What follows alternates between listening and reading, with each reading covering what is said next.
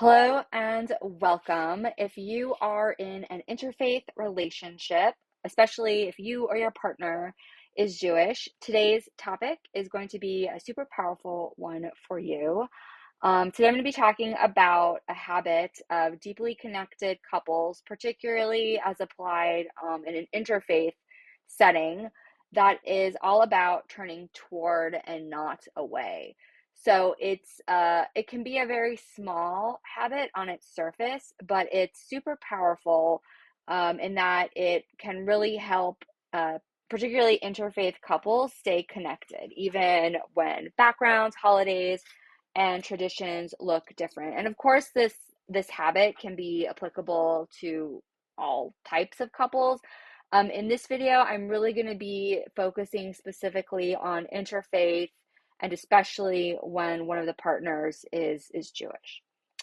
So to back up a little bit, turning towards and turning versus turning away all comes down to how we respond to bids for connection.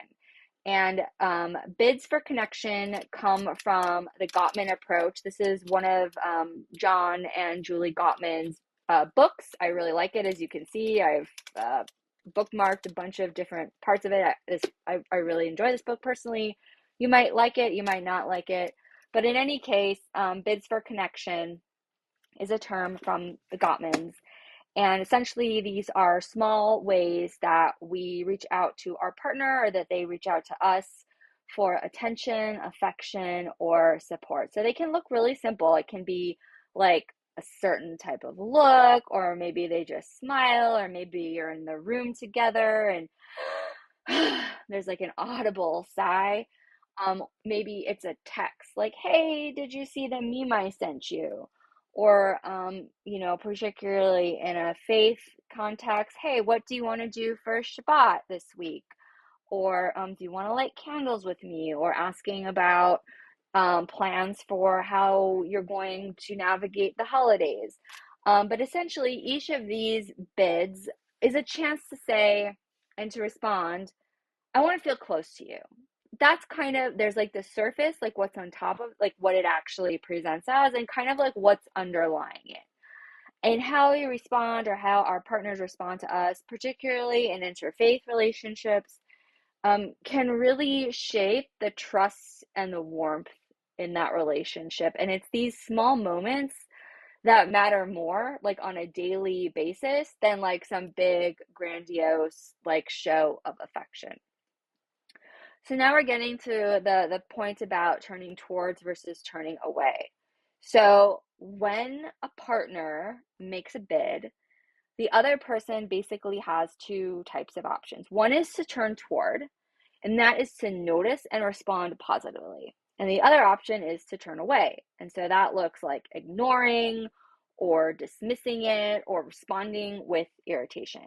But the reality is that couples who consistently turn towards each other build a sense of safety and belonging in that relationship, which is really, really important, particularly when you are also navigating things like differing family expectations, holidays, and different faith practices, and trying to figure that out or work with that in your relationship. So in an interfaith relationship, small gestures can carry much deeper meaning. So, if your partner says something like, hey, I'd love for you to come to services with me, or can we light candles together tonight? It's more than a ritual, it's more than a religious practice. It's really a bid for connection and often a bid for understanding. And so turning towards in those moments could sound like, tell me more about what that means to you, right? So trying to understand, why is this meaningful or significant to your partner? Or even something like, hey, I'd love to join you, even if I don't fully understand it yet. So in those moments, that can be really simple.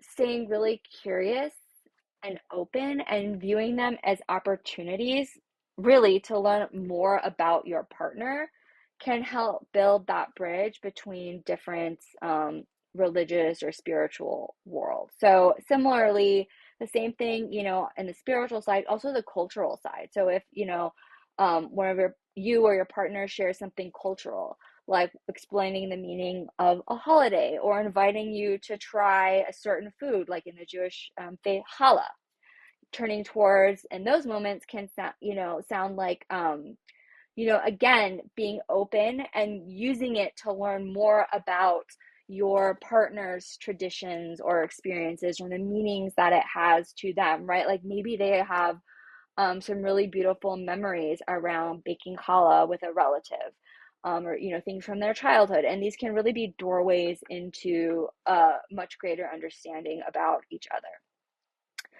So some practical tips to turn towards more often are: one, to notice small bids even if you're busy; to respond with acknowledgement, and that can just be really simple, like a nod or a smile, or just like, I hear you. But the truth is, we do get distracted. We are busy. But if you are kind of busy, acknowledge the bid for connection. And you can say something like, I really want to hear that. Just give me 2 quick minutes to finish this. And really the idea in whatever you're saying is to convey a sense of curiosity and not judgment, especially around holidays or spiritual practices. So a quick optional activity, if you want to try this, you can. You don't have to, of course, but it can be helpful to kind of sit and think about this. So it takes about 5 minutes. So step one is to think about a recent bid for connection where your partner reached out for you, like in the past week. So again, maybe they sighed, they didn't really say anything, they just sighed very audibly. Or maybe they asked you, the holidays are coming up, right? So maybe they asked you a question specifically about something related to the holidays, different faith traditions around the holidays, different family, I was gonna say obligations, but maybe expectations or events or activities. Maybe they just sent you a funny video or a meme, or maybe they said something, like, can we talk about how to celebrate Hanukkah and Christmas this year? So just kind of thinking and then writing down what one of those bids for connection was. And if you need more time, you can obviously pause the video. So once you have that bid for connection, think about how you responded. So did you turn towards your partner? Did you engage with them? Did you smile? Did you ask a question? Were you open to a conversation? Or did you turn away? So did you ignore it? Did you completely miss it? And it's only now, learning more about bids for connection, that you like totally realize what was actually happening in that moment? Or did you feel unsure? And if you turned away, I would encourage you to be gentle with yourself, right? This is about increasing your awareness, not going into super judgmental, self-critical mode. And regardless of how you responded, just kind of thinking about one small way that you can turn towards your partner in the future. So whether you already did turn toward them, coming up with other ways of conveying a sense of turning toward. If you turned away, how could you turn toward in the future? So things like making eye contact, saying something like, that sounds important to you, joining your partner in a small ritual that they're doing, or really just even showing a sense of curiosity about a faith or spiritual practice that you don't share with your partner. And, just really keeping in mind that these small moments add up and really go a long way towards creating like a shared sense of unity, even across different traditions and backgrounds. So that's the activity. I will also offer a bonus activity that's very fun and playful.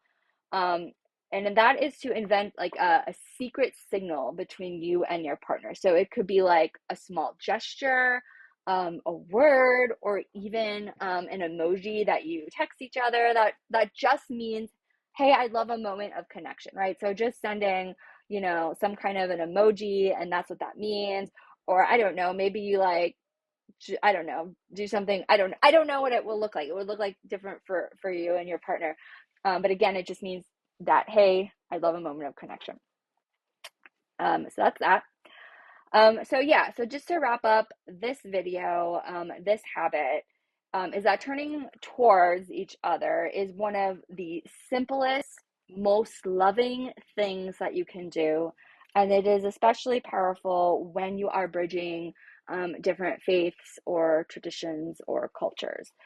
Because every small moment of curiosity and care, again, really goes a long way to building that strong sense of unity within your relationship. So, if you and your partner are navigating interfaith differences and want to deepen your connection, I offer couples therapy for interfaith Jewish and non Jewish partnerships across California, where we can together work on communication, curiosity, and shared growth in ways that honor both of your traditions.